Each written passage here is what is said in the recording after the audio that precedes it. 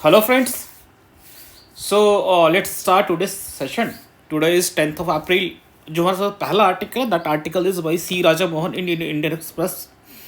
And this article is really very important आपके international relation के संबंधों को समझने के लिए और जियो पॉलिटिकल लेवल पे क्या क्या चेंजेस आ रहे हैं, किस तरह से ग्लोबल पावर को जो बैलेंस है वो बैलेंस शिफ्ट हो रहा है, इसको समझने के लिए आर्टिकल बहुत ही इंटरेस्टिंग है और डेफिनेटली एक बहुत ही ब्रॉडर पर्सपेक्टिव में और इंडिया पे से क्या क्या इम्प्लीकेशन पड़ने वाले इसके संदर्भ में इस आर्टिकल में बात किया गया है।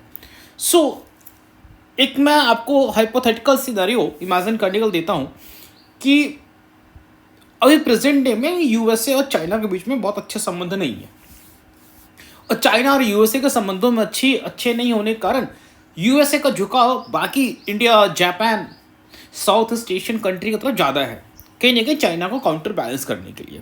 और हमें भी इस चीज़ का बेनिफिट मिल रहा है क्योंकि इंडिया को भी चाइना के साथ बहुत अच्छे संबंध नहीं है, बहुत सारे बॉर्डर डिस्प्यूट के अलावा भी और भी बहुत सारे डिस्प्यूट्स है, like China is supporting Pakistan. चूंकि यूएस को भी चाइना से प्रॉब्लम है, इंडिया को भी चाइना से प्रॉब्लम है, हम दोनों ने मिलके आपस में चाइना का काउंटर करने के लिए आपस में हम लोगों ने कोलैबोरेशन किया हुआ है, लाइक क्वाड। इसके अलावा भी यूएस हमें कई बार सपोर्ट करता है, इस तरह से इंडिया को एक सपोर्ट मिला हुआ यूएस से चाइना को काउंटर करने के लिए। But imagine A situation, hypothetical situation, जहां पे ये सिचुएशन कंप्लीटली चेंज हो जाता है। चेंज क्या हो जाता है कि चाइना और USA become very close friend, very close ally. बहुत ज़्यादा अगर यूएसए और चाइना क्लोज आ जाता है तो सबसे ज़्यादा इम्पैक्ट इस चीज़ पड़ेगा जितने भी आपके यूएस के एलीज हैं, खासकर यूएस के वो एलीज जो आपके इस पर्टिकुलर क्षेत्र, दिस इज चाइना हेयर,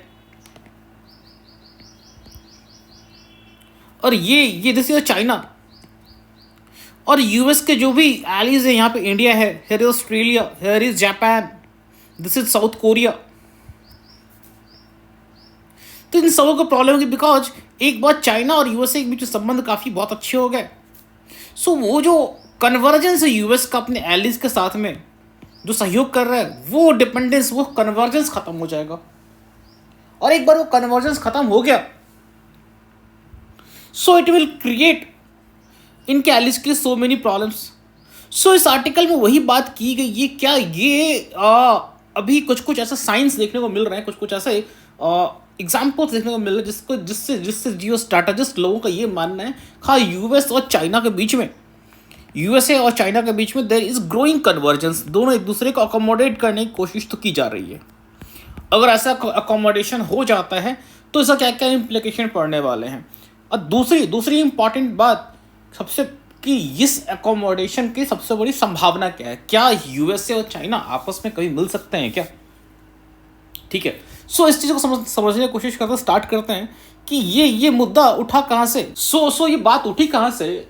और 2022 में G20 समिट के दौरान शी जिनपिंग जो चाइना के प्रेसिडेंट है, प्रीमियर, और यूएस प्रेसिडेंट बीच में लंबी चौड़ी बातचीत हुई।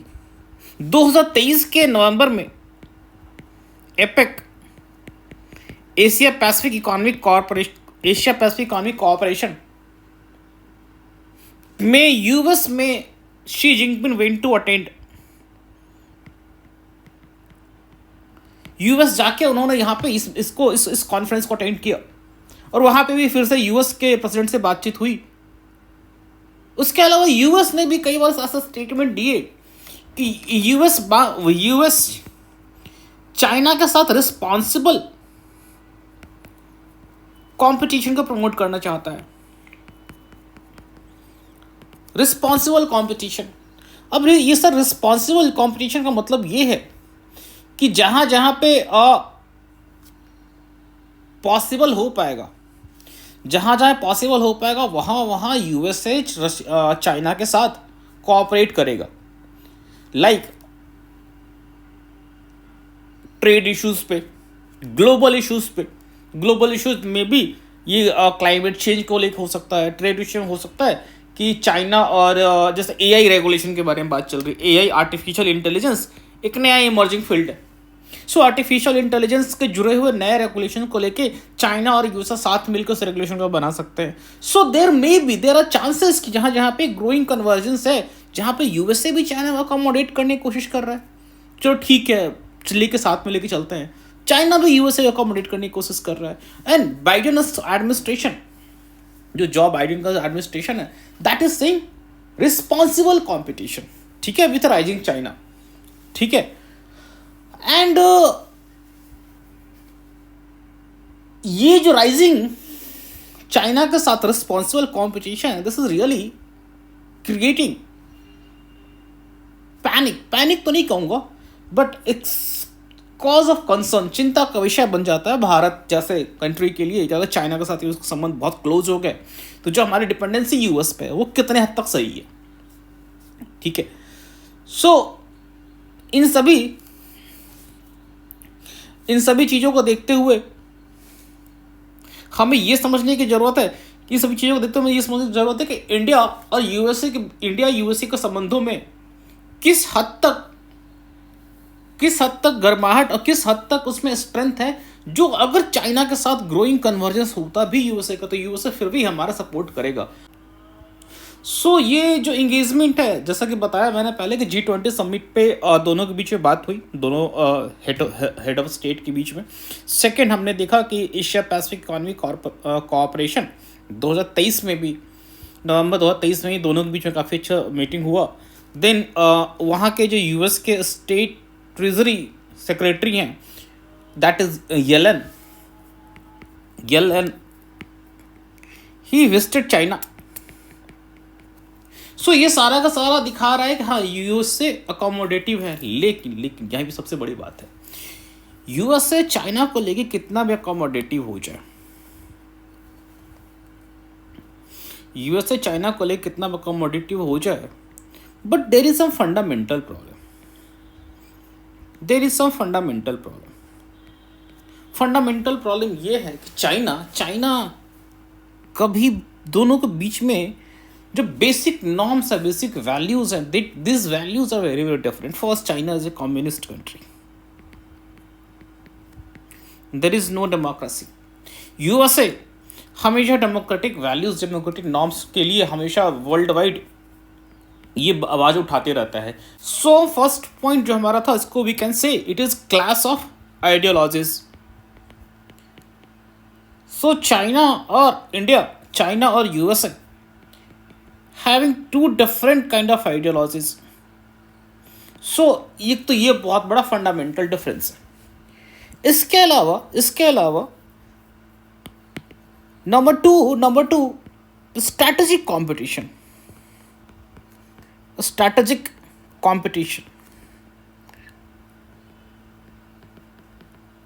रणनीतिक सामरिक प्रतिस्पर्धा।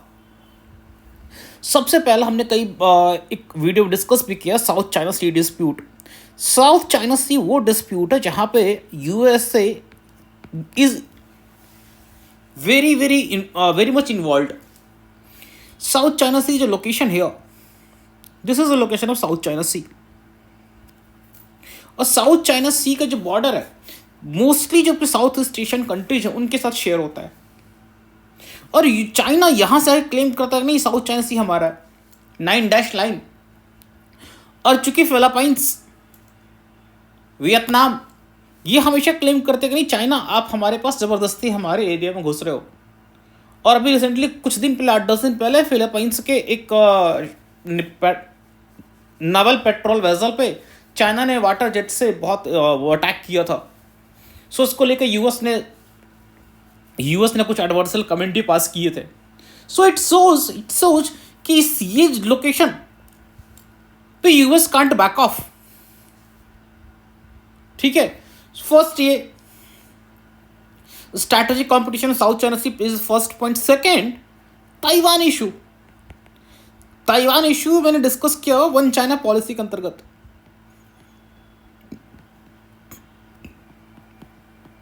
वन चाइना पॉलिसी के अंतर्गत मैंने ताइवान इशू डिस्कस किया। ताइवान इशू में था कि ताइवान और China, mainland China, this is a mainland China, this is a छोटा सा ताइवान। सो दोनों के यहाँ अलग अलग डेमोक्रेटिक, दोनों के यहाँ अलग अलग गवर्नमेंट का सेटअप है, दो अलग अलग गवर्नमेंट है। बट चाइना बोलता है कि ओवरऑल जो पूरा वर्ल्ड है में वन चाइना हमें एक ही एंटिटी की तरह बिहेव करेगा। But Taiwan is completely a different all together game. और ताइवान हमेशा ऑटोनॉमी की बात करता है कि हम चाइना के अंदर रहते हुए भी हम we will be having complete autonomous. और यूएसए का बहुत ही फंडामेंटल सपोर्ट है, यूएसए को ताइवान का फंडामेंटल सपोर्ट है। ठीक है, इस इशू को समझना चाहते हैं तो मेरे पिछले वाले आर्टिकल जाकर देखिए, उसमें आपको Taiwan issue, one China policy बहुत अच्छे से डिस्कस किया हुआ है। And third is technology and trade. 2018 में यूएसए एंड चाइना के बीच एक trade war broke out. Trade war, अभी ट्रेड वार सर क्या होता है कि जब अभी गवर्नमेंट प्रोटेक्शनिस्ट होती है, so when Trump Trump came to the power, so Trump को हमेशा ये लगता था because of globalisation and because of the China becoming export hub, so USA में बहुत ज़्यादा जॉब लॉसेस वगैरह हुए हैं। सो चाइना में जो गुड्स एक्सपोर्ट होके हमारे यहाँ पे आते हैं यूएसए में, सो इसके कारण हमारे एक इंडस्ट्री बंद हो गई है, इसके कारण हमारे अनएम्प्लॉयमेंट का इशू है। सो धीरे धीरे धीरे उसने बोला कि चाइना बहुत ही मैनिपुलेटिव है, चाइना का जो ट्रेड है रिलेशन हमारा बहुत अनफेवरेबल है। सो चाइनीज गुड्स के ऊपर में he started imposing tariff. Tariff मतलब जानबूझ के कस्टम ड्यूटी को बढ़ाना शुरू कर दिया। उसके कारण क्या हुआ, चाइना ने उधर से भी काउंटर अटैक किया, यूएस से भी जो गुड्स आ रहे हैं उसके ऊपर चाइना ने लगाया टैरिफ, बढ़ाया। सो अगेन ट्रम्प एडमिनिस्ट्रेशन ने फिर चाइनीज गुड्स पे बढ़ा दिया, बेसिकली स्टील इंडस्ट्री के ऊपर अटैक किया गया था। सो ये अटैक एंड काउंटर अटैक चलता रहा and this is known as trade war. So protectionist measure, इसको मैंने डिस्कस किया हुआ कुछ दिन पहले article, protectionism and new protectionism, ये दोनों कॉन्सेप्ट मैंने डिस्कस किया कुछ दिन पहले एक आर्टिकल में। जब आप प्रोटेक्शनिस्ट मेजर को अडॉप्ट करते हैं, आप संरक्षणवाद की नीति को अडॉप्ट करते हैं, तो संभावना बहुत ज़्यादा बनती है कि संरक्षणवाद की नीति ट्रेड वार में कन्वर्ट हो जाए। And this is what happened in 2018। So US का अगेन फंडामेंटल इशू है चाइना के साथ में ट्रेड को लेके, और चांसेस फिर से बन रहे हैं कि हो सकता है कि जो बाइडेन हट के again Trump will be coming back, और ट्रम्प के आने के बाद there are very very less chance कि चाइना के साथ संबंध इस लेवल पे अकोमोडेटिव हो सकते हैं। ठीक है, तो एंड इसके अलावा ये बहुत ज़्यादा डीप मिसट्रस्ट है। डीप मिसट्रस्ट का मतलब कॉन्फिडेंस दोनों एक दूसरे में नहीं, दोनों हमेशा लगता है पता नहीं कब पीठ पे छुरा मार दे। So because of all this fundamental issues के कारण चाइना और यूएसए का उस लेवल पे कन्वर्जेंस, जहाँ पे इंडियन जो उनके एलीज हैं, इंडिया और साउथ कोरिया जापान, इनको चिंता करने या फिर इन पे इम्पैक्ट आ सकता है, वैसी कोई ज़रूरत नहीं है। और ये इस बात से भी परिलक्षित होता है, वो इस बात से भी पता चलता है कि in recent time China is so much investing in its allies. सबसे पहले जितने भी चाइना के एलीज हैं इस पर्टिकुलर रीजन में, जितने भी यूएस के एलीज हैं इस पर्टिकुलर रीजन में, उन सारे एलीज के साथ में यूएसए अपने संबंधों को अच्छा बना कर रखने की कोशिश कर रहा है, अपने सारे एलीज को एम्पावर करने की कोशिश कर रहा है। अभी आप रिसेंटली देखो, जब से क्वाड का फॉर्मेशन हुआ है, Quad is a group of 4 countries. It's एक तरह का मिलिट्री अलायंस है ये, जिसका मेन पर्पस है चाइना को कंट्रोल करना। ठीक है, और इसमें यूएस इज हेयर, क्वाड में US is here, this is Australia, this is India and this is Japan. So इनको आप मिलाओगे क्वाड्रिलेटरल फॉर्म होता है, और इसी बेसिस पे इसका नाम क्वाड पड़ा है। अगेन देखो, इसका पूरा कवरेज इस एरिया का इंडो पैसिफिक है।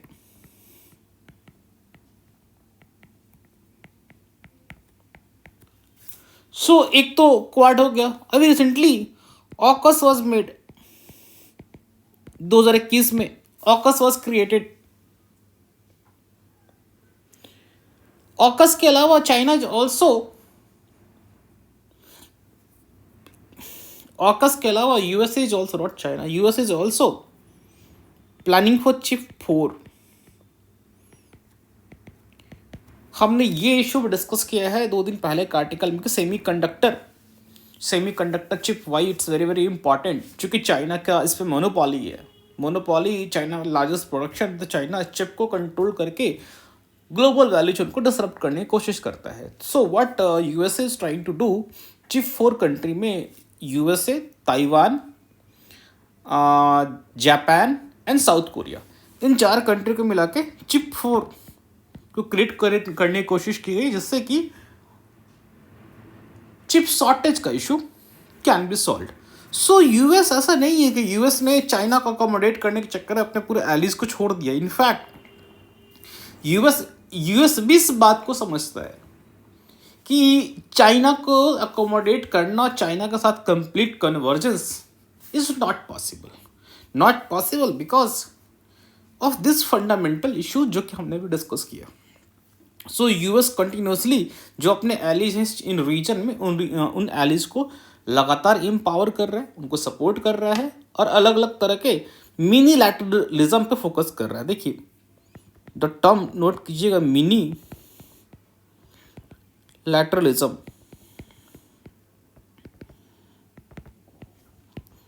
ये 4 ग्रुपिंग, चिप 4, ऑकस, ये छोटे छोटे ग्रुप है।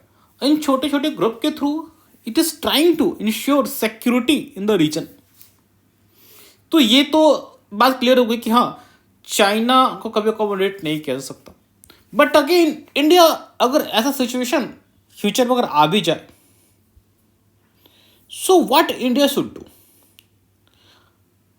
इंडिया के पास क्या क्या ऑप्शंस और इंडिया के पास क्या क्या अपॉर्चुनिटीज है इस चीज को लेके। तो सबसे पहले इंडिया कंप्लीटली यूएस पे रिलाई ना करे। फ्यूचर में इस तरह का सिचुएशन अगर आ भी जाए, सो व्हाट इंडिया के पास क्या क्या करना चाहिए, इंडिया के पास क्या क्या स्ट्रैटेजिक ऑप्शंस हैं। सबसे पहला कि इंडिया को कोशिश करनी चाहिए जितने भी अन्य देश हैं like minded country in Indo Pacific region, उनके साथ अपने एग्जिस्टिंग डिफेंस टाई को और स्ट्रांग बनाए, एग्जिस्टिंग डिफेंस टाइज को और स्ट्रांग बनाए, लाइक जापान, ऑस्ट्रेलिया। इनफैक्ट आप फ्रांस को भी लेके आओ, फ्रांस के भी इंडियन ओशियन में बहुत सारे आइलैंड हैं, यूनियन आइलैंड। सो फ्रांस और इंडिया का संबंध काफ़ी अच्छे हैं। France is the new Russia. जिस तरह से 1970s के दौर में भारत और रशिया को बहुत अच्छे संबंध थे, उस तरह से France as emerged. So we can have this existing defence ties को बहुत स्ट्रांग बना सकते हैं। सेकेंड, एज आई टॉक कि आप अलग पार्टनर्स को लेके आओ, so diversify your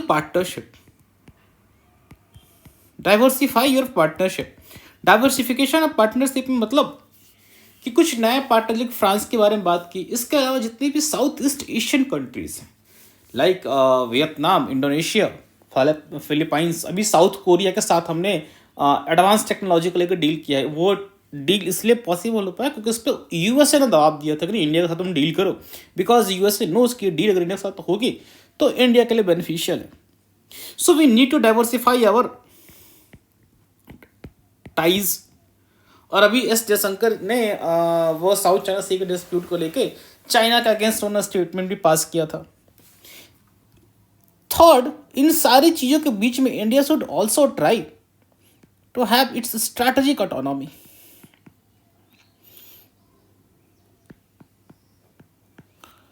strategic autonomy मतलब ऐसा ना हो कि आप अलग अलग ब्लॉक में आप पार्टनर हो, सो आप इंडिपेंडेंट डिसीजन न ले पाओ। हो सकता है कि आप इन ब्लॉक के भी पार्टनर्स हो, जो ब्लॉक चाइना काउंटर करने के लिए बने। दूसरा, आप उन ब्लॉक के भी पार्टनर्स हो जहाँ पे चाइना डोमिनेंट प्लेयर है, like SCO, Shanghai corporation organisation. You are also part of BRICS. So you need to have strategic autonomy.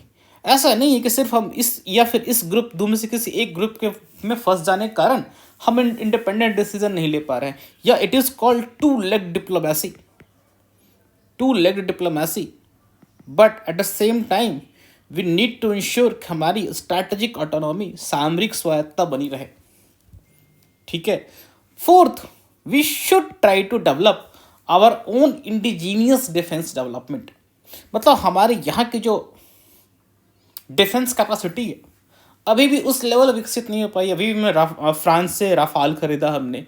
So we need to develop our height in stealth technology से लेके जितने भी नए नए innovations possible हैं, we need to develop our own indigenous defence system. Again, fifth, we need to strengthen our economic activities.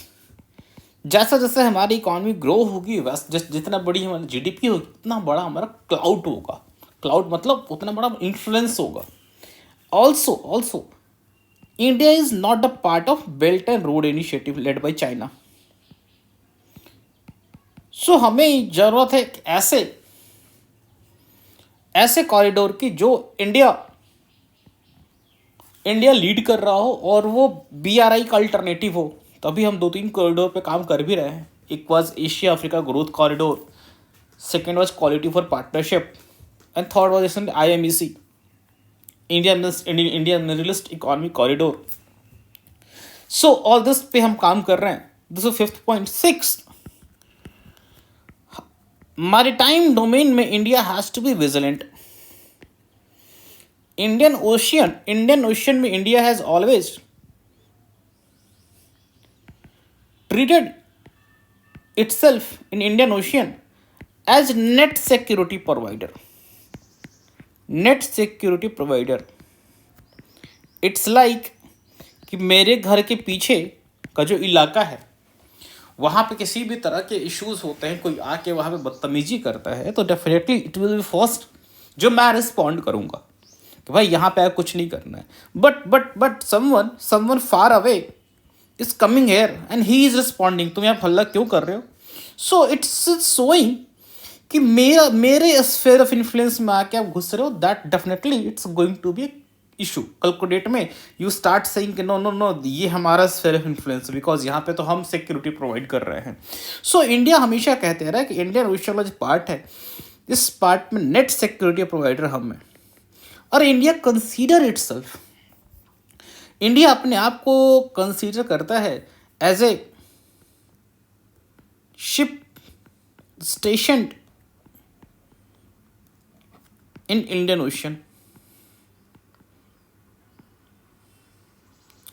So India को also जो Indian ocean का पार्ट है यहाँ पे मैरीटाइम कैपेसिटी को विकसित करने की जरूरत है. यहाँ पे चाइनीज इन्फ्लुएंस, चाइना जहाँ जहाँ स्ट्रैटेजिक रूप से इंडिया को इंसर्कल कर रहा है, इंडिया ऑल्सो शुड इनकाउंटर जो भी आपके छोटे छोटे स्मॉल आइलैंड्स हैं इनके साथ अपने संबंधों को अच्छा बना कर रखें. एक तो मॉरिशस है, मॉरिशस के अलावा और भी जितने अफ्रीकन आइलैंड नेशन है उनके साथ संबंध बनाएं.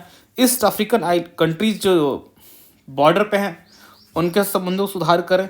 सेशल्स के साथ फिर से कोशिश करें कि वहाँ पे नेवल बेसिस वगैरह बन सकता है तो we should definitely go for that. ठीक है. अभी हमारा लक्षद्वीप का we can develop strategic location. Maldives के साथ हमारा सिचुएशन खराब हुए हैं बट अगेन पॉइंट यही है कि मालदीव्स में जब भी कुछ क्राइसिस आएगी तो सबसे पहले इंडिया ही रिस्पॉन्ड कर सकता है चाइना से पहले. इसके पीछे रीज़न ये है सर, अगेन ज्योग्राफी. आप ज्योग्राफी को डिफाइन नहीं कर सकते हो. ठीक है. अभी उन्हें समझ में बात आई है थोड़ी देर पहले and definitely it's only matter of time कि they will come to know. ठीक है. और दूसरी बात, इंडिया को भी अपने जितने भी नेबरहुड में जितने छोटे छोटे कंट्रीज हैं इनके साथ बिग ब्रदरली एटीट्यूड को छोड़ देना चाहिए. ठीक. कहीं ना कहीं बिग ब्रदरली एटीट्यूड ही बैकफायर किया है नेपाल वाले केस में और मालदीव्स वाले केस में. This is point number 6, maritime domain. And sir point number 7 is soft power. India का soft power is very very high in comparison to China. हमारा जो सॉफ्ट पावर है अलग अलग देशों में अलग अलग, दैट इज़ वेरी हाई. हमारे कल्चरल लिंकेजेस बहुत अच्छे हैं. इनफैक्ट अफ्रीका वगैरह में जहाँ पे चाइना बहुत ज़्यादा हेवली इन्वेस्टेड है, वहाँ पे अफ्रीका में बहुत अच्छा परसेप्शन नहीं है चाइना को लेके, बट इंडिया को लेके is very very good perception. लोगों में अच्छी अवधारणा है कि नहीं, भारत को लोग हेल्पफुल होते हैं और इंडिया ने कई बार हमें मदद भी किया है. सो इंडिया अपने सॉफ्ट पावर को शुड लेवरेज और अपना इंडिपेंडेंट रूप से भी ये अपने सामरिक शक्ति को बढ़ाने की कोशिश करे. इन केस फ्यूचर में अगर ज़रूरत पड़े यूएस कंप्लीटली बैक ऑफ भी कर जाए, still India could counter the any attack, any challenges posed by China. ठीक है. So this is the whole article. ठीक है. डेफिनेटली आपको इस आर्टिकल को डायरेक्टली और इनडायरेक्टली आप एग्जाम में आप लिख सकते हो. Question definitely has to come, क्योंकि इंडिया एंड नेबरहुड से रिलेटेड ये टॉपिक है, इंडिया एंड इट्स नेबरहुड. ठीक है. यहाँ पे सिर्फ मैंने ये अलग एंगल ऐड किया कि मान लो यूएसए कभी चेंज हो जाए अपनी पॉलिसी से, तो व्हाट. तो second article is very very important. ये आर्टिकल बात करता है अभी क्लाइमेट क्राइसिस, और क्लाइमेट क्राइसिस से होने वाले सिचुएशन का जो उसका एडवर्सल इम्पैक्ट पड़ेंगे, उस इम्पैक्ट को वुमेन पे दिखाया है कि इस उन जो क्लाइमेट क्राइसिस, जो क्लाइमेट चेंज हमारा हो रहा है, इसके कारण जो भी एडवर्सल इम्पैक्ट पड़ रहे हैं, उस इम्पैक्ट का वुमेन पे क्या क्या असर होता है. उसके बाद इस आर्टिकल में इस बात को दर्शाया गया कि वुमेन सबसे ज़्यादा इसका इम्पैक्ट वुमेन एंड चिल्ड्रन पे होता है, और ये वुमेन ही इसका सॉल्यूशन भी बन के इमर्ज होंगी. Women only can solve this issue. So basically इस आर्टिकल में मेन फोकस ये है कि क्लाइमेट क्राइसिस, क्लाइमेट चेंज का एक डिस्टिंक्ट जेंडर डायमेंशन है, एक डिस्टिंक्ट जेंडर डायमेंशन है.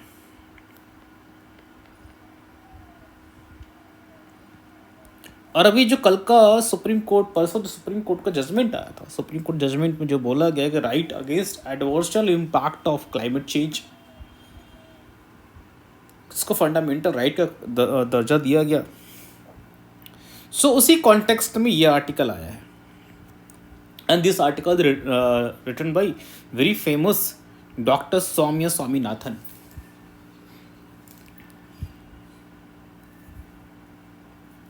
So this article talks about few things कि climate crisis is now reality. हम लोग देख रहे हैं कि बहुत ज़्यादा हीट वेव, बहुत ज़्यादा ओवरऑल टेम्परेचर, जो हमारे एक्सट्रीम वेदर वाले जो चीज़ें हैं वो बहुत ज़्यादा हो रही हैं. इसके कारण से आपका cyclone, natural disasters, cyclone, rain, flood, इन सब के अकरेंस की फ्रीक्वेंसी बढ़ गई है. और इस फ्रीक्वेंसी के बढ़ जाने के कारण जो वल्नरेबल सेक्शन है उन पर इम्पैक्ट ज़्यादा पड़ता है. तो सबसे पहला पॉइंट इस आर्टिकल में आर्ग्यू किया गया है कि as per UNDP data, United Nation development programme, climate crisis के कारण बहुत सारे डिजास्टर वगैरह आ सकते हैं, और वो डिजास्टर्स का सब 14 गुना ज़्यादा इम्पैक्ट पड़ता है, 14 टाइम्स मोर इम्पैक्ट पड़ता है आपके चिल्ड्रन एंड women पे. This was the first argument given in the article. Second, this article is talking about कि in India agriculture is the main source of livelihood. Agriculture is the main source of livelihood. And in the recent time, अभी के कुछ सालों में यह बात देखी गई है कि there is a rise in feminisation of agriculture. There is rise in feminisation of agriculture, मतलब फेमिनाइजेशन ऑफ हिंदी में औरतीकरण कह सकते हैं, महिलाकरण कह सकते हैं, महिलाकरण ऑफ कृषि, कृषि का महिलाकरण। So feminization of agriculture is happening. ज़्यादा अब औरतें का पार्टिसिपेशन बढ़ रहा है, एक तरह से कैजुअल लेबर के रूप में भी और स्मॉल लैंड होल्डर के रूप में भी। एंड क्लाइमेट के कारण, क्लाइमेट चेंज के कारण, क्लाइमेट क्राइसिस के कारण बहुत सारे जो क्रॉप हैं उनका यील्ड घटने वाला है और यील्ड घटता जा रहा है। ये कैसे?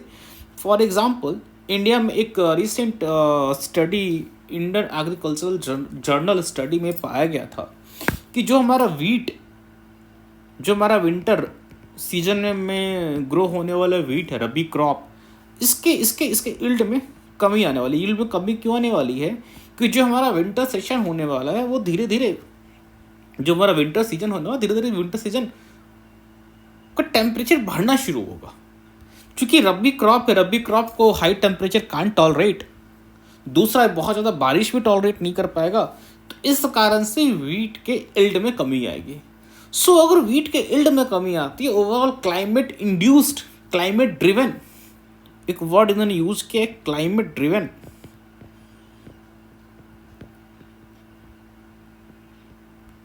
Climate driven yield reduction. अगर ये होता है फिर अगेन इसका इम्पैक्ट किस पे आएगा? वुमेन पे ही आएगा।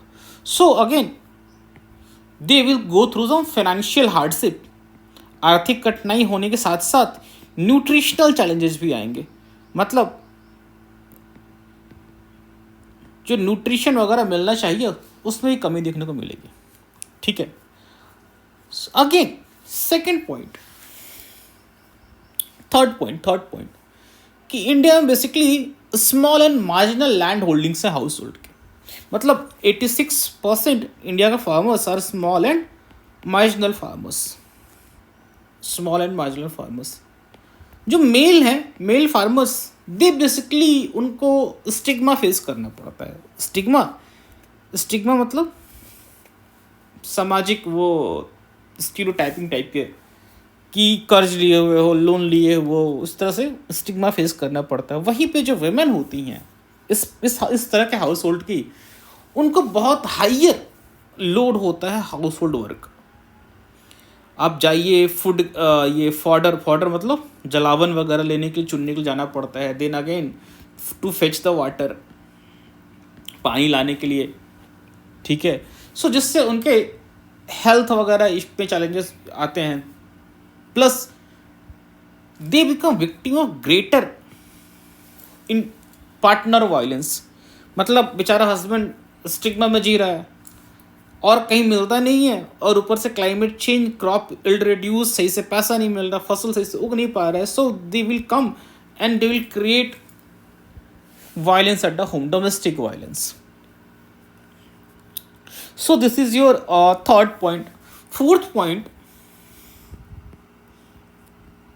she talked about कि national family health survey NFHS 5 के डेटा के हिसाब से ये पाया गया कि 2 तरह के डिस्ट्रिक्ट को कंपेयर किया गया पिछले 10 साल के डेटा के हिसाब पे। एक डिस्ट्रिक्ट वैसे जहां पे पिछले 10 साल में कोई ड्रॉट नहीं आया है। ड्रॉट मतलब सूखा। और ऐसा डिस्ट्रिक्ट जहाँ पे ड्रॉट रेगुलर आते रहता है। सो NFHS 5 के डेटा के हिसाब में ये पाया गया कि ऐसे डिस्ट्रिक्ट जहाँ पे ड्रॉट नहीं आते हैं वहाँ पे, और जहाँ पे ड्रॉट आते हैं वहाँ पे औरतों की कंडीशन बहुत अच्छी नहीं है। वहाँ मोस्टली और विमेन और अंडरवेट, मेजॉरिटी लड़कियाँ वहाँ पे चाइल्ड मैरिज की विक्टिम है।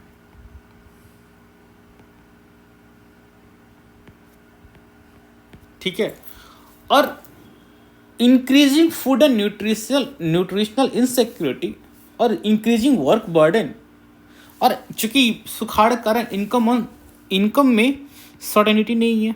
So this is all leading to what? Poor physical health.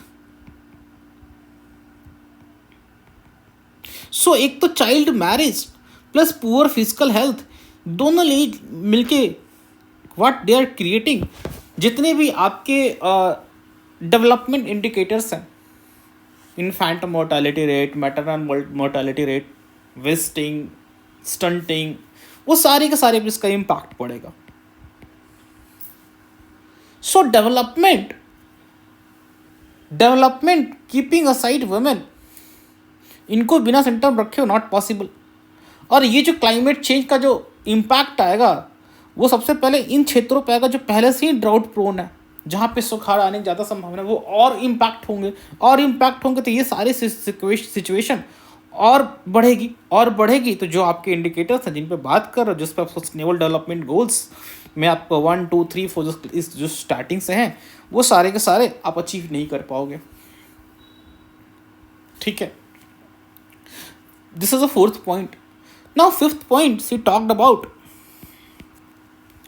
जैसा कि मैं स्टार्टिंग में बताया कि the world is witnessing extreme weather events. ठीक है, a climate induced. So word आप लिख लें, एग्जाम में आप यूज़ करेंगे. जो हिंदी वाले हैं इन वर्ड्स को गूगल पे सर्च कर लें, गूगल पे ट्रांसलेट कर लें. Climate induced natural hazards.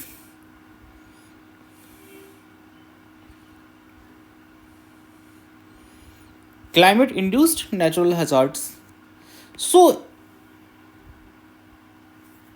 Climate induced natural hazards बढ़ेंगे. स्टार्टिंग में बात की गई थी कि ये सारे 14 गुना ज़्यादा इम्पैक्ट पड़ता है. और एक काउंसिल ऑन एनर्जी, इन्वायरमेंट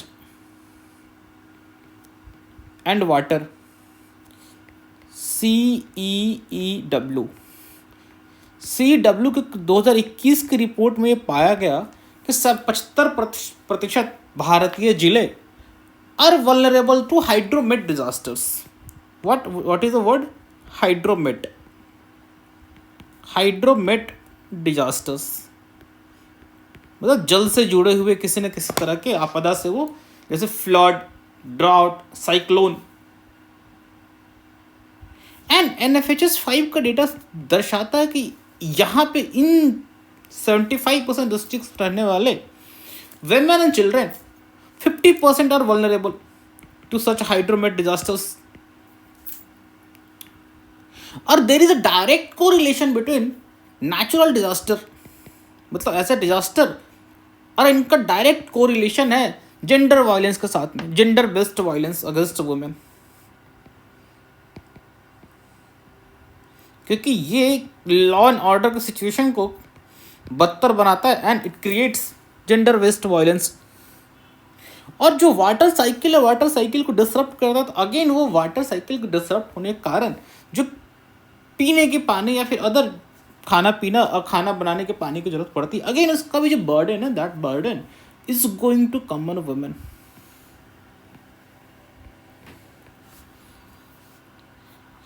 ठीक है, this is first fifth point. Six point से टॉक्ड अबाउट जो अपना रिसेंटली जो अपना अभी जो डिकेड 2010 से 2020 मतलब जो डिकेड था, ये मानव इतिहास का सबसे गर्म दशक था.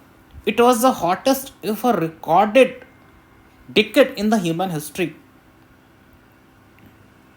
और ये लगातार हीट वेव्स के जो फेनोमेना है दैट इज कंटिन्यूअसली इंक्रीजिंग. और जो प्रोलॉन्ग्ड हीट वेव है, मतलब लंबे दिन तक 10 दिन 15 दिन 20 दिन तक आपका हीट वेव चल रहा है, so that is particularly dangerous to pregnant women.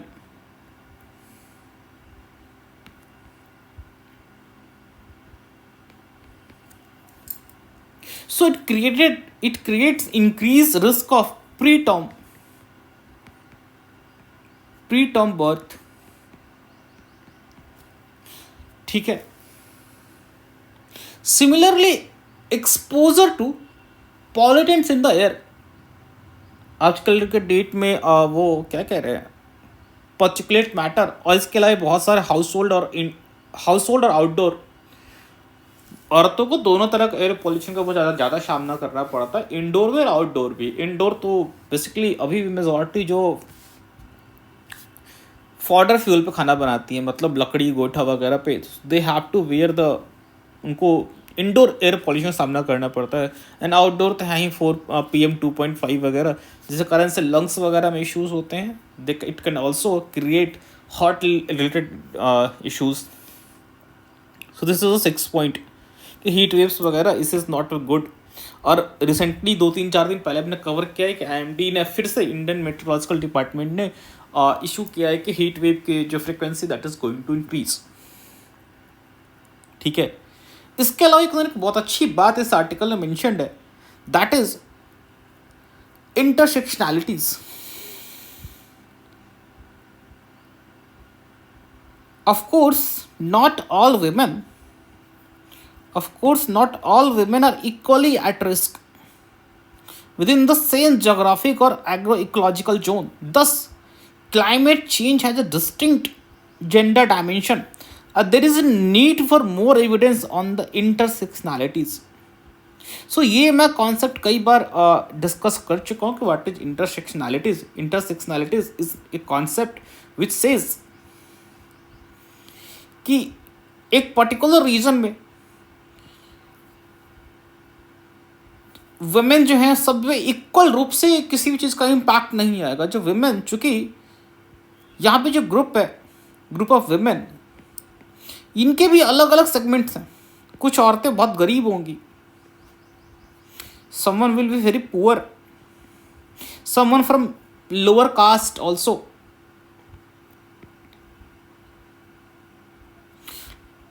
women lower caste, there will maybe single women.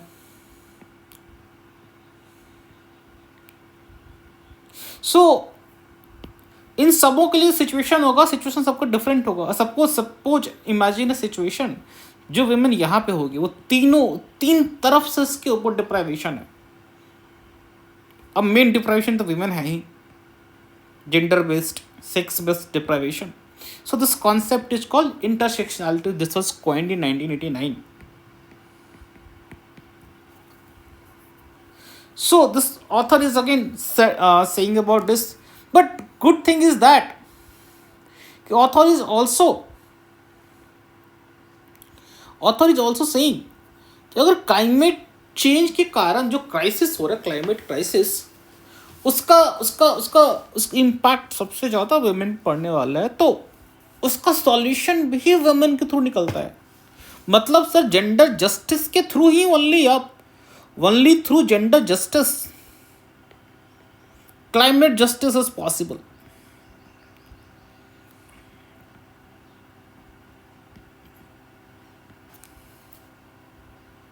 So you can make a diagram in the exam. This is your gender justice.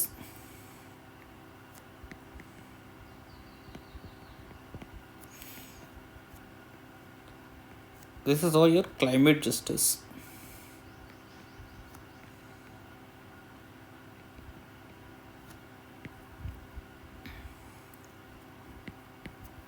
This whole is a part of broader spectrum that is social justice.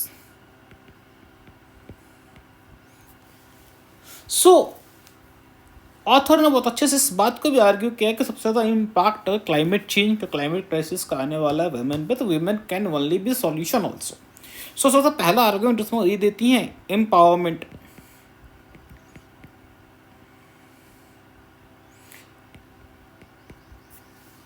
इनका ये कहना है कि अगर same resource को आप mail farmer को भी दो और फीमेल फार्मर को भी दो, सो ये पाया गया है कि फीमेल फार्मर 20 से 30% ज़्यादा प्रोड्यूस लेके आती हैं in comparison to male farmer.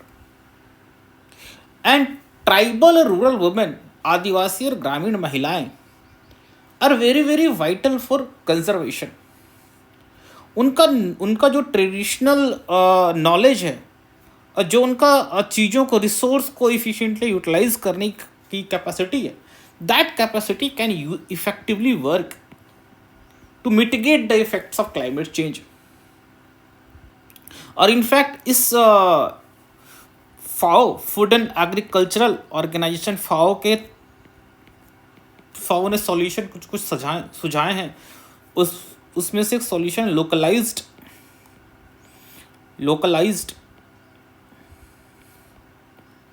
Climate solution. और लोकलाइज्ड क्लाइमेट सॉल्यूशन में फाओ ने इसी चीज़ के बारे में बात किया है कि वेमेन को लेके आओ फ्रंट पे लोकल लेवल पे। Second is a data driven policy. Second point author is talking about is data driven policy। data driven policy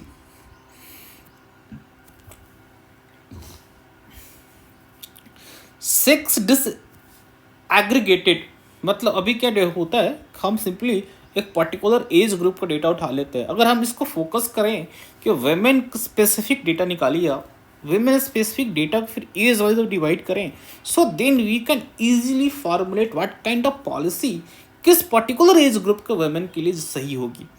like क्योंकि women is not a monolithic group. Monolithic मतलब women की journey जो होती है अलग अलग stages में होती है। और in fact I would say from here a woman is born, तो सबसे पहले जैसे ही बॉर्न हुई यहीं से उसके साथ शुरुआत होगी डिस्क्रिमिनेशन की।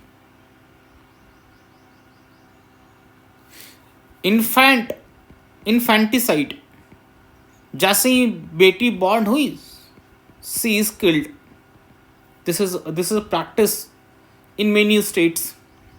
ये डॉटेड लाइन जो दर्शाया मैंने, ये वो लाइन दर्शाया जहाँ पे विमेन बिफोर बर्थ, पैदा होने से पहले उनके साथ डिस्क्रिमिनेशन कर दिया होना शुरू हो जाता है। इट्स लाइक अपन ने वो करा लिया क्या, ultrasound, we come to know कि there is a girl inside, so abortion, मतलब इसको जीने का भी हक नहीं दिया गया।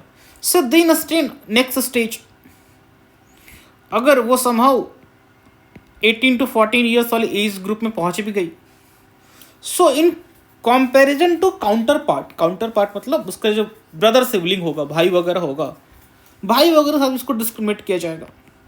देन अगेन इस वाले एज ग्रुप पहुंचते ही सी got married.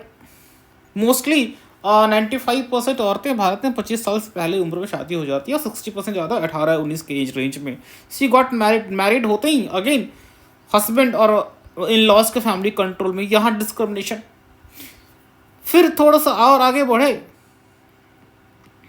Family pressure, high fertility rate, child bearing issues,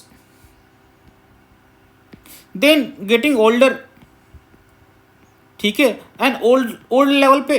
और यहाँ पे इकोनॉमिक तो है ही, पेट केयर इकोनॉमी जहाँ पे औरतें घर का देखभाल करती सब कुछ करती हैं, उनको उस चीज़ को इकोनॉमिक ट्रांजेक्शन में कैलकुलेट नहीं किया जाता। इस कारण से औरतों के काम की वैल्यू नहीं होती, और भी बहुत सारे इश्यूज औरतें फेस करती हैं। इसके अलावा जो एल्डरली पॉपुलेशन है, that is also facing rising feminization. elderly population, rising feminization। So अकेली औरत, मतलब हस्बैंड डाइड, बाल बच्चे अपने अपने लाइफ में व्यस्त हैं, so again she faces so much discrimination in her life. So this is what a whole life cycle. So जो भी पॉलिसी बनाई जाए, वो पॉलिसी इस बात को ध्यान में रख के बनाई जाए कि किस पर्टिकुलर एज ग्रुप के वुमेन को अपन टारगेट कर रहे हैं, और कौन कौन से इंटरसेक्शनैलिटीज उसके ऊपर इम्पैक्ट डाल रही है। ठीक है, so this is the second point. Third, we should also prioritize heat and water resilience। ठीक है, जैसे mitigating the impact of heat waves, water scarcity. तो तो जहाँ जहाँ भी जैसा जैसे एरियाज में ये सारे इश्यूज होने वाले, वहाँ पे हमें हीट शेल्टर्स प्रोवाइड करवाएं, अर्ली वार्निंग सिस्टम करवाएं, और सबसे मोस्ट इम्पॉर्टेंट वाटर इंफ्रास्ट्रक्चर को प्रोवाइड करवाएं, and keeping in mind the lens of gender equity. जो भी आप रेजिलियंट मिटिगेटिंग मेजर्स आप डिप्लॉय करो, उसके साथ में you should have always in mind कि हमें इसके साथ जेंडर इक्विटी को भी लेके आना है, ठीक है। And fourth is participatory approach. Participatory approach मतलब कि जो भी गवर्नमेंट के बारे में पॉलिसी बनाई वगैरह जाए, लोकल लेवल पे उसमें औरतों का पार्टिसिपेशन होना चाहिए। एसएचजी को आप एक्टिवेट करो, ठीक है, एसएचजी का एक्टिवेट करो, और जितने भी और लोकल लेवल पे इन सभी चीज़ों को इम्प्लीमेंट करने के सबसे इम्पॉर्टेंट चीज़ local bodies. Local bodies are very very important. Again जितने भी आपके सोशल प्रॉब्लम्स हैं, रूट कॉज पे सॉल्व करना है local bodies. So again local bodies को एम्पावर करने की ज़रूरत है। मैं कई बार इसी को रिपीट कर चुका हूँ। There are 4 F issues of local bodies, उनको सॉल्व करने की ज़रूरत है, ठीक है। So and shifting the narrative, last point is very very important in terms of psychology. हमने कभी औरतों को ये समझा ही नहीं कि they can bring so big change, they can bring such a big change. So हमें सिर्फ ये नहीं समझना है कि यहाँ से कि women is only going to be victim of growing climate change issue, climate crisis. Rather, they can become agent. They can become agent, powerful agent of change. They can become agent of change for resilient strategies. उनका जो knowledge है, skills, experience can bring vital perspective to the forefront of climate solution. So this is what doctor Swaminathan analysis बहुत अच्छा link की है climate crisis और gender justice को, ठीक है। एंड डेफिनेटली ये आपको ऐसे लिखने में एक बहुत अच्छा डायमेंशन देगा इन्वायरमेंट और जेंडर का। और in fact what I am expecting कि हो सकता है कि इस पर एक इंडिपेंडेंट ऐसे आ जाए कि क्लाइमेट जस्टिस बिना जेंडर जस्टिस के संभव नहीं है, समथिंग करके आपको कैसे कंप्लीट इंडिपेंडेंट ऐसे आ जाए। So this is what very good topic. So this is what our main section is done. Let's move to the prelim section. In our prelim section the very first article is about Peter Higgs, is very great scientist, बहुत महान वैज्ञानिक हैं जिनको 2013 में Nobel prize मिला था। Nobel prize for what? For discovery of God's particle, ठीक है। इसको हिग्स बोसोन भी बोलते हैं। So this is very important article, और ये पार्टिकल ही बहुत इंपॉर्टेंट है। समझने की कोशिश करते हैं कि what is this god particle. देखो, this god particle is a fundamental particle. और फंडामेंटल पार्टिकल क्या होता है? आप जब किसी भी चीज़ को ब्रेक करते जाओ, अल्टीमेटली अपन किसी मॉलिक्यूल को ब्रेक करने के बाद we reach to the level of atom. Atom को भी ब्रेक करके भी न्यूक्लियस, ये इलेक्ट्रॉन को पार करते न्यूक्लियस से पहुँचे। सो न्यूक्लियस से पहुँचने के बाद वी फाउंड न्यूट्रॉन, प्रोटॉन। अब इसको हम फर्दर ब्रेक नहीं कर सकते। सो this is called your fundamental particle, ठीक है। सो यहाँ तक तो बात क्लियर है। बट एक बात सबों को समझ में नहीं आ रही थी कि यार वो क्या फैक्टर है जिसके कारण कुछ जो फंडामेंटल पार्टिकल्स हैं उनके ऊपर में उनमें मास होता है। मास मतलब m, उनके अंदर मास होता है, और कुछ में बिल्कुल मास नहीं होता। लाइक फोटोन में कोई मास नहीं है। सो ऐसा होता क्यों? Why this happen? और ये आराम से फोटोन इज बिल्कुल massless and zoom around freely. So इस चीज़ के बारे में बात की जा रही थी कि how how this is possible. And finally in 1960s के अराउंड साइंटिस्ट लोगों ने एक थ्योरी दी।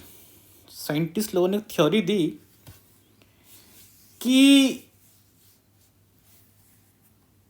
ऐसा मान के चलिए एक तरह का ना जाल बिछा हुआ है, जो पूरा अपना स्पेस सिस्टम है उसमें एक जाल बिछा हुआ है, और जैसे ही इस जाल से कोई चीज़ पार्टिकल आकर टकराता है वो उसकी स्पीड को कम कर देता है। वो कितनी इसकी स्पीड कम करेगा वो इस बात पर डिपेंड करता है कि उसका इस जो पार्टिकल इससे आकर टकरा रहा है उसका इस जाल से इंटरेक्शन कैसा हो रहा है। कुछ चीज़ इसके साथ बिल्कुल इंटरेक्ट नहीं करते, वो बिल्कुल आर पार हो जाते हैं।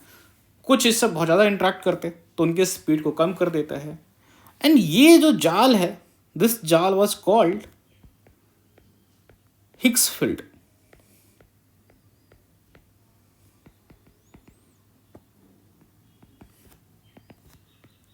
ठीक है, हिग्स फील्ड। और ये फील्ड क्रिएट कौन करता है? इस फील्ड को क्रिएट करता है हिग्स बोसॉन, जो पार्टिकल है। और ये जो हिग्स बोसॉन है, यही पार्टिकल इस फील्ड को क्रिएट किया। और ये जो स्पीड स्लो होती है, ये स्पीड स्लो एक तरह का इस चार पार्टिकल साथ में इसको कोलाइड किए, एक आगे निकल गया, एक आधे में रह गया, एक बिल्कुल पार नहीं कर पाया। ये जो स्पीड स्लो हुआ ये इनर्शिया को दर्शाता है। Inertia is nothing but mass. So इस बात को पीटर हिग्स ने थ्योराइज कर दिया कि ये जो हिग्स बोसोन पार्टिकल है वही हिग्स बोसोन पार्टिकल बाकी अन्य पार्टिकल्स में मास लेके आता है। फोटोन मासलेस के, फोटोन पूरा पूरा आर पार कर जाता है इसको, इसलिए फोटोन में मास बिल्कुल नहीं है। ठीक है, ये इन्होंने थ्योरी दी। उसको गॉड पार्टिकल नाम दिया गया। गॉड पार्टिकल नाम देने के पीछे किसी भी तरह का कोई धार्मिक कारण नहीं है। गॉड पार्टिकल बिकॉज ये बहुत दिनों से एक बहुत बड़ा मिस्ट्री बनाई, बहुत बड़ी मिस्ट्री बनी हुई थी कि आखिर पार्टिकल्स जो भी हैं अपने फंडामेंटल पार्टिकल्स, उनमें मास कहाँ से आता है। सो इस चीज़ को सॉल्व किया गया हिग्स बोसॉन, जिसको इसलिए गॉड नाम दे दिया गया। इसको किसी रिलीजन वगैरह गॉड से कुछ भी लेना देना नहीं है। ठीक है, देन एक बहुत बड़ा मेजर इवेंट हैपेंड इन 2012। 2012 में लार्ज हाड्रॉन कॉलिडर LHC में इस थ्योरी को कंफर्म भी कर दिया गया। अब ये क्या है? ये लार्ज हाड्रॉन कॉलिडर ये वर्ल्ड का सबसे बड़ा, सबसे पावरफुल पार्टिकल एक्सेलरेटर है। It's like this. इसके अंदर में एक high potential electric field create किया जाता है, जिसके थ्रू आपको पार्टिकल एक्सेलरेट किया जाता है, फंडामेंटल पार्टिकल्स हो। अब वो फंडामेंटल पार्टिकल्स ये 27 किलोमीटर, इसकी पूरी की पूरी जो लेंथ है 27 किलोमीटर के आसपास है। ये आपका स्विट्जरलैंड और फ्रांस के बॉर्डर पे है, नीचे जमीन के नीचे बिछाई गई है। और बेसिकली जब पार्टिकल्स आपस में बहुत एक्सेलरेट करते हैं, दो पार्टिकल को टकराया जाता है, फिर वहाँ से we come to know all this things, जो भी हमें एक्सपेरिमेंट वगैरह करना होता है वी डिड। सो फाइनली 2012 में लार्ज हाड्रॉन कॉलिडर, जो कि आपका European organization of nuclear research, इसको CERN बोलते हैं, recently India also becomes part, उसमें इस एक्सपेरिमेंट के थ्रू इस बात को कंफर्म कर दिया कि हाँ हिग्स बोसोन होता है, गॉड पार्टिकल एग्जिस्ट करता है। इसी के बाद 2013 में इनको नोबेल प्राइज दिया गया। ठीक है, so really this is a very good article. और इन्होंने फंडामेंटल फिजिक्स में, स्टैंडर्ड मॉडल ऑफ फिजिक्स में काफ़ी अच्छा काम किया है। So this is a first article. और इसके अलावा जो तीन आर्टिकल हैं, जो एक तो गुड़ी पड़वा पर्व के बारे में है, इस पर कुछ है नहीं बहुत ज़्यादा कहने के लिए, दिस इज़ फैक्चुअल, इसको आप रीड कर लें। ये आपको अभी मनाया जाता है इन द स्प्रिंग फेस्टिवल का मार्किंग करने के लिए। So just go through the facts, कहाँ कहाँ मनाया जाता है, क्या क्या मनाया जाता। Third article is your navy chief inaugurates the new facilities Karwar naval base. So Karwar naval base को आप जाके मैप पे लोकेट करें where it is. Second it has talked about of project Seabird. This is your project C bird.